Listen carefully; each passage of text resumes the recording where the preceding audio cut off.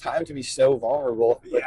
We've had a moment. We've steeled ourselves, but we're bringing the defenses down. We want to talk about like we are not perfect, although I believe he's perfect. No, we're all in this together. But sometimes we'll see people popping into our comments saying like, "Oh, we're Mr. Perfect. We have it all figured out." And I think I comfortably speak for both of us when I say that is not the case.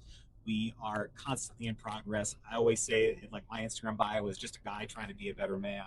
And we thought we would talk about, some of the ways that we are still works in progress as it relates to this work as we're growing as men.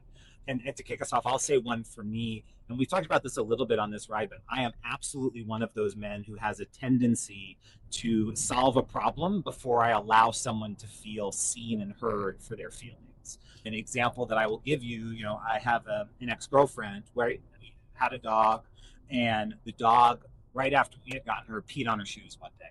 And my girlfriend at the time was very upset about it. And my instant reaction was like, oh no, like, no, it's not a big deal. Like, clean them, I'll dry them, blah, blah, blah. And she's just a tiny dog, it's whatever.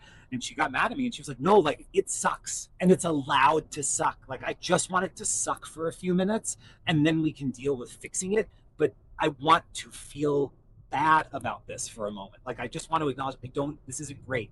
And that was one of the first times for me that I started to like process and understand this idea that it's not always about solving the problem, which is the traditional male model in these communication structures, but it's also about hitting pause, making sure someone feels seen, heard, held, that their emotions are acknowledged, and then you can together move towards a solution when that person is ready. But I know that, and that's also an area I still continuously screw up. So it's an area I'm absolutely trying to be better. And you might watch me in a video talk about the need to do that, and that very same day see me screw it up. But hopefully, I'm reducing the amount that I do that every now and then. Yeah, thank you for that share. It's vulnerable, and also you're not alone in that at all. I think that I have had to work very hard to maintain or build my emotional presence with my own family. I have worked very hard to create a sense of safety in my relationship with my mom and specifically my sister.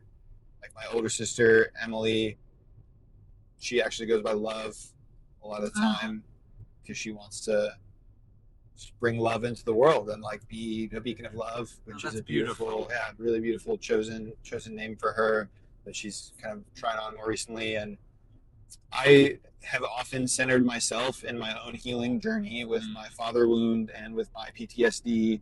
And I think it makes sense in some ways. And also my sister also grew up with an abusive father, also has complex post-traumatic stress disorder, also does not have any older men in her life who are safe and loving and kind and so she doesn't have a lot of these same examples that I like suffer from. And so there are times in which I forget I am also a reference point for my sister in a way that she is not a reference point for me, because I'm lucky to have like our amazing mother and so many amazing women in my life, including my sister. Like I get the most amazing older sister. And so there are times in which I have reacted very, defensively or trying to over-explain or justify myself when my sister tries to kind of constructively criticize me or point out something that I'm doing over the years where I was not a safe person to come to with that criticism. I was not a safe person to come to for her to say like, hey, this is an area where you're missing the mark, because I would get very, very defensive. And so it has been like very recently that I'm working on just being the best brother I can, like actual brother I can to her, and a safe man for her to come to where, hey, you can come to me if I'm doing something wrong. I'm not going to leave. I'm not going to abandon you. It's not going to fracture a relationship. I'm actually going to be grateful for you for opening this for me. And that's taken place a lot in the last year. But yeah, it's been really, really tough to basically like rebuild trust with my sister. And there are still times in which I am not there. So that's one and like my whole brand is, hey brother Johnny, like I want to be a brother to the world.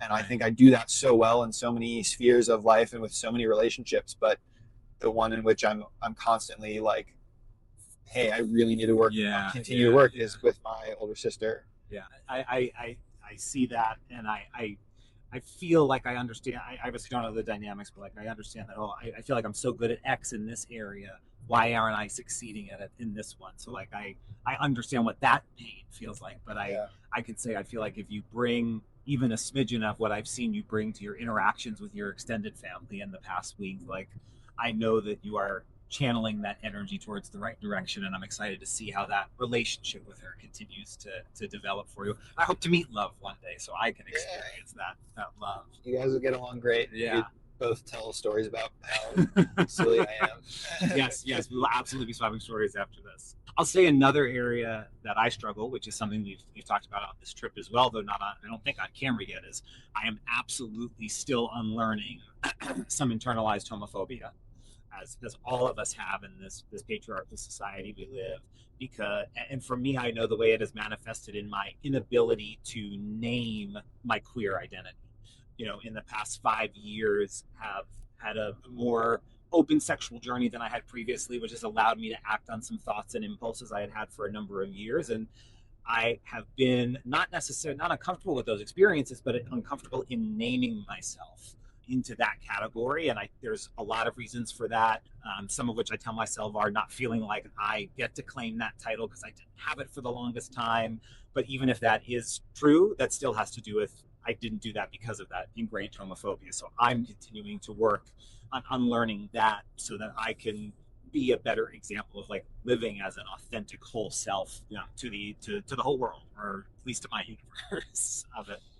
That's a beautiful journey to be on, and thank you for that vulnerability. Mm-hmm. You're getting courageous on this video. I mean, it helps to have you with me for it. Yeah, I'm on the same boat as well as like a queer man who has struggled with acknowledgement of that and then championing that as part of my identity for a variety of reasons, but a lot of them have to do with internalized like homophobia and biphobia that I wrestle with. And then another component is like wondering which on the program in Galapagos that I was on, being openly queer and having a really close relationship with one of the other participants who's a trans man, and we ended up being a support system for some queer and trans kids on the island because they're so like such a minority of the population of kids.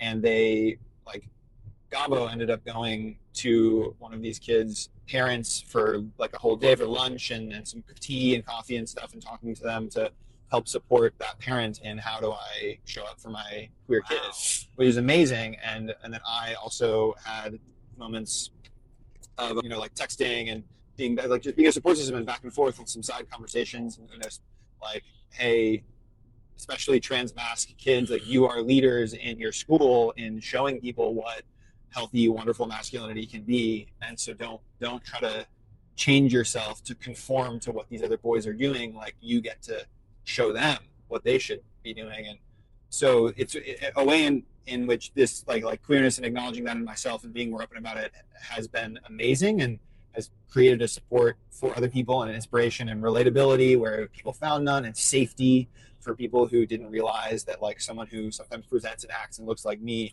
actually has this level of sameness. And then at the same time, I've had this great trepidation around like I'm someone who wants to continue to work with children, especially in the US, but around the world there are a lot of stigmas with homosexuality, with queerness, and kids. Yeah, and working with children. And also a lot of the men and boys who need my work the most might be most resistant if it were coming from what they know is a queer man. And so is my queerness so front and center enough for me, or like so important to me as front and center communicative in all spheres of my life, that I'm willing to let it close the doors of, again, men and boys who really need this work, who are very patriarchal and would otherwise be receptive to me because I am traditionally masculine in some ways, but I operate with this level of fluidity that can really disarm them and make them feel comfortable, or like can respect me because of athleticism or like something that and so I think I've chosen that path. Like I want to reach as many men and boys as possible, and so I'm willing to like be more selective about how and when and who I share that with. But the older I get, the more I realize like I should be proud and also I get to choose when and how I share. Right. But my decision to close that off or keep it more private is a privilege because I can be straight passing, right? Especially as the world gets more and more progressive, and some of the same guys that used to shove me off of fraternity stairs and call me the F slur, those guys now wear dangly cross earrings. Some of them, right? So it's like the needle moves, yes, and yes. homophobic men who are patriarchal and bigoted get like present in a different way, but like their values are still the same. Yeah. They wear a new mask. As Ashanti Branch might start to talk about our friend. I'm sitting with what you said at the beginning there around like the way that you and your colleagues showed up for the trans and queer youth in the Galapagos. And I think one of the things that's so beautiful about you is like you never just go somewhere. You really like leave something there. Like you're kind of like a whale. Like there's a footprint after you have been there. Like you've had an impact. You've left something there, whether it's, the family that we've spent time with in the past week, whether it's this community in the Galapagos, whether it's what you currently have left behind in Ohio, like the program you built, like it's really something to be able to not just say like I was somewhere, but like and that's a family of baboon running across the road. Look at that. Wow, nice butts. That's really beautiful, and that's a really amazing impact to have. And I think very few people in the world can say that they do that when they go somewhere. I'm going to name one last one, whether you want to do a third or not, but I'll say I am working at being better. I'm working about being better and more vulnerable in one-to-one situations instead of one-to-many. I'm really, really good about being vulnerable on this camera. I'm really, really good about being vulnerable when I'm giving a speech. Like truly, no limits. Like I will go anywhere. But it's so much harder for me to do that in one-to-one relationships. And I know that because I have had partners tell me before, I didn't know about X until you said it in front of those people. And it was like, and they say that as like, well, how come you didn't tell me? And sometimes it's, well, maybe I've never thought about it, but there's more to it than that. Just because that topic didn't come up, sure, but also why didn't it come up? Why didn't I bring it up if it's something that's so significant and important? So that's something I'm really working on, because I think talking about vulnerability, talking about having rich communication and relationships is such a key part of the work that we do. And I do feel sometimes like I'm letting, a vinyl record store, I'm letting my partner and myself down by not continuing to build that muscle in my current relationship. Dude, we all, man, that's, you're not alone there at all. I deeply resonate. Yeah, absolutely. I always say, I think it's a control thing, because I think when you're talking one to many, you still get to control the experience, the narrative, the structure. Whereas when it's one to one, you're equal co-pilots in the dialogue. And so I think for me, maybe there's a subconscious, even though I'm vulnerable, my defenses are down, I've still got everyone in the palm of my hand here. I get to decide how they engage with me. And so maybe subconsciously that's why I do that. I don't know, just me hypothesizing. Yeah.